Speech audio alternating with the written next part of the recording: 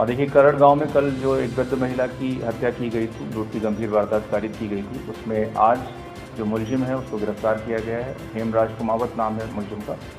उससे हथियार जो इस्तेमाल किया गया था, एक चाकू, वो भी बरामद किया गया है। इसके साथ साथ जो रकम चोरी करके वो उस घर से लूट करके उस घर से ले गया था, वो बरामद की गई है। सोने के कुछ आर्टिकल्स हैं, वो भी बरामद किए गए हैं। अभी भी कुछ और आर्टिकल्स हैं जिनके लिए उससे पूछताछ की जा रही है, उनकी भी बरामद। हेमराज का उस घर से संबंध ये था कि लगातार जो दंपत्ति उनके पास से आता जाता रहा है, क्योंकि उस गांव का ही रहने वाला है। तो गांव में जैसे सभी एक दूसरे को जानते हैं, उस क्रम में वो लोग भी इसे जानते थे और लगातार ही उनके घर पर आता जाता है। इसने कोई पहले वारदात नहीं की हुई है, लेकिन इस घटना से पहले ये पैसे चुराने की कोशिश कर चुका है इसी घर में। उसकी इच्छा थी कि मैं पैसे चुरा लूँ, किसी तरह से पैसे चुरा लूँ, क्योंकि बहुत सारे कर्ज उठपटांग के इस व्यक्ति के द्वारा लिए हुए हैं। चोरी के लिए गया था नहीं, ये कहना बहुत मुश्किल है, पर यह है कि इसके दिमाग में ये बात लगातार चल रही थी कि मुझे इनके घर से रकम निकालनी है। इसके पास में चाकू रहता था, जो दिखाता है कि इसके दिमाग में शुरू से ये बात थी कि मैं रकम निकालने की कोशिश करूंगा, और उसके लिए चाकू के इस्तेमाल तक चले जाने की इसके दिमाग में मंशा रही होगी, इसीलिए चाकू लेकर के ही वारदात करने गया।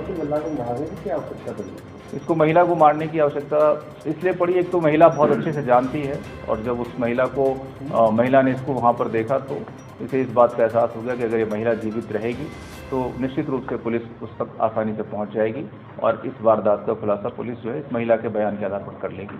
इसलिए इसने इस महिला का मर्डर कर दिया। इसके अलावा हाँ, इसके अलावा भी कोई संदिग्ध है? नहीं, फिलहाल अभी तक के अनुसंधान से कोई भी अन्य व्यक्ति इसमें शामिल नहीं पाया गया। इसी व्यक्ति के द्वारा वारदात की। इस घटना के बाद में ये व्यक्ति वहीं पर था। इसने जो भी वारदात में इस्तेमाल करने वाला चाकू था उसको छुपा दिया, जो सामान चोरी किया, जो पैसे चोरी किए उन्हें छुपा दिया, और ये बहुत ही अन्य गांव वालों की तरह वहाँ घूमता रहा।